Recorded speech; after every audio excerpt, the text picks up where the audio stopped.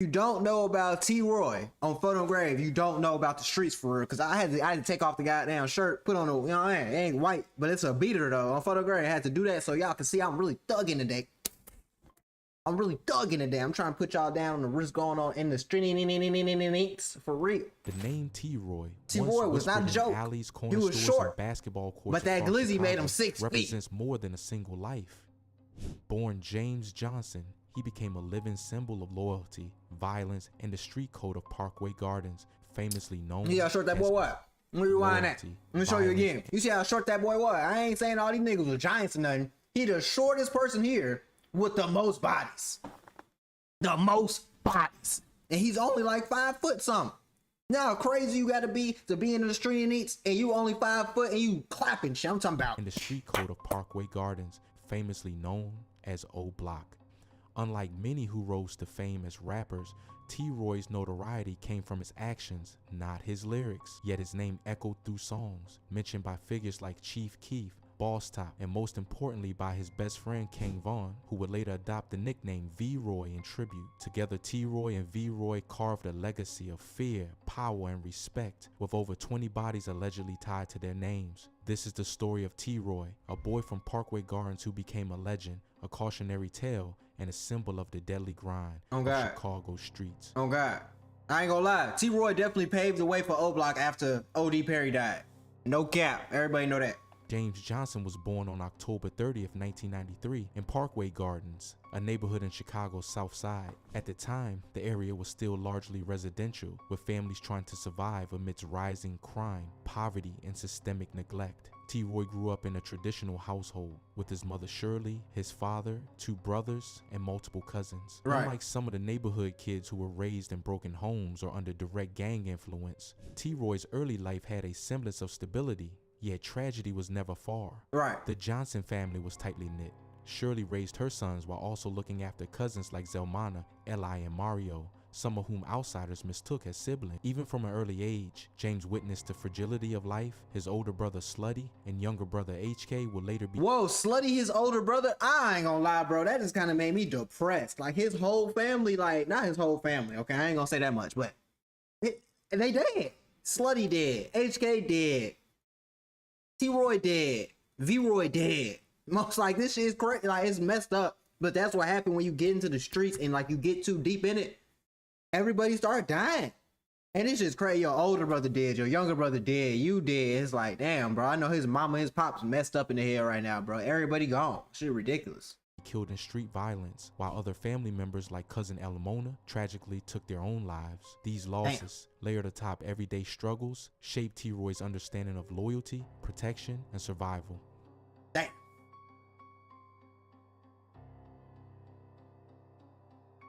Parkway Gardens in the late 1990s and early 2000s was still quiet compared to later years.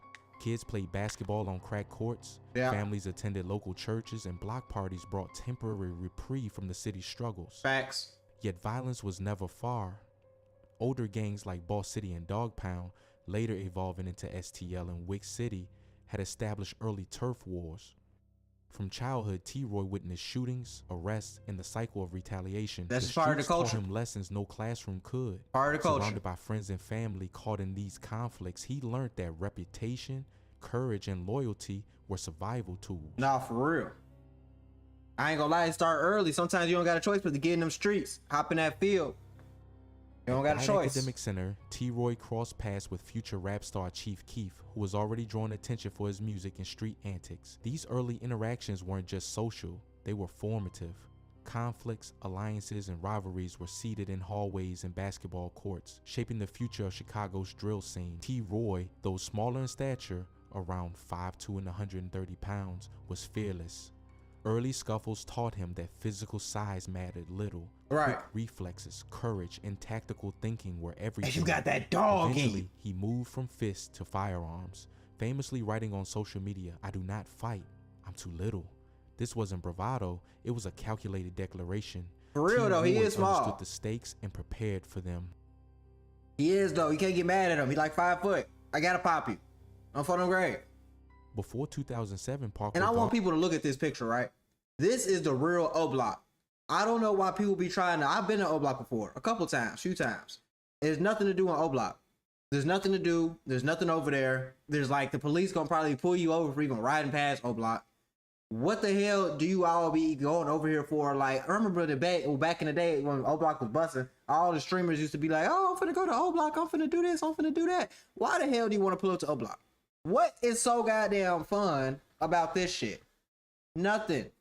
You're gonna get robbed. And everybody in here ain't part of the same clique. You might get the okay from one guy in O Block to be over here. This building might not like that and rob your ass. Gardens was relatively quiet, with no clear gang dominance. By 2007 to 2009, names like Boss Top, Spike, BJ, Big A, and King Von began consolidating influence, gradually transforming the block into O Block.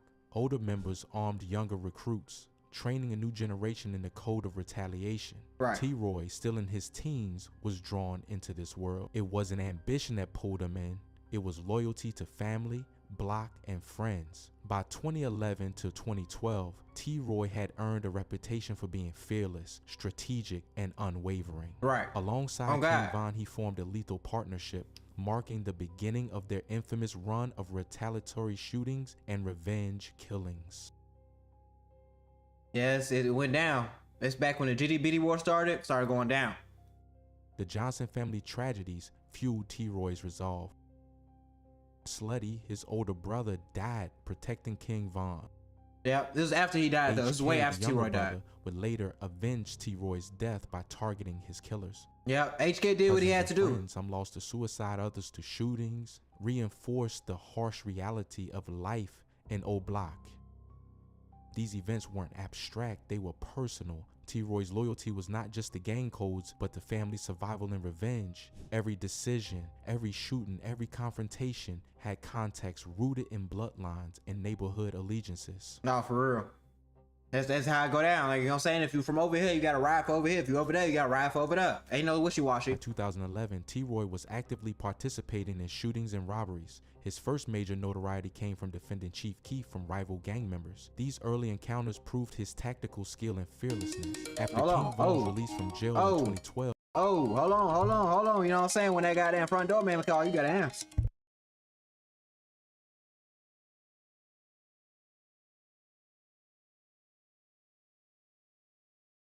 You know what I'm saying? You pay that money on, you gotta answer the front door man, because front door man gonna put you down on what's going on and what ain't going down. I'm saying when you pay that real money on, you ain't paying that money on, you ain't got no front door man. The duo's partnership escalated. On April 28, 2012, they allegedly killed Marlon King Doc Monroe, marking the beginning of their documented body count. From that moment, T-Roy's reputation grew exponentially. Rivals feared him, locals respected him, and rappers immortalized his name in songs.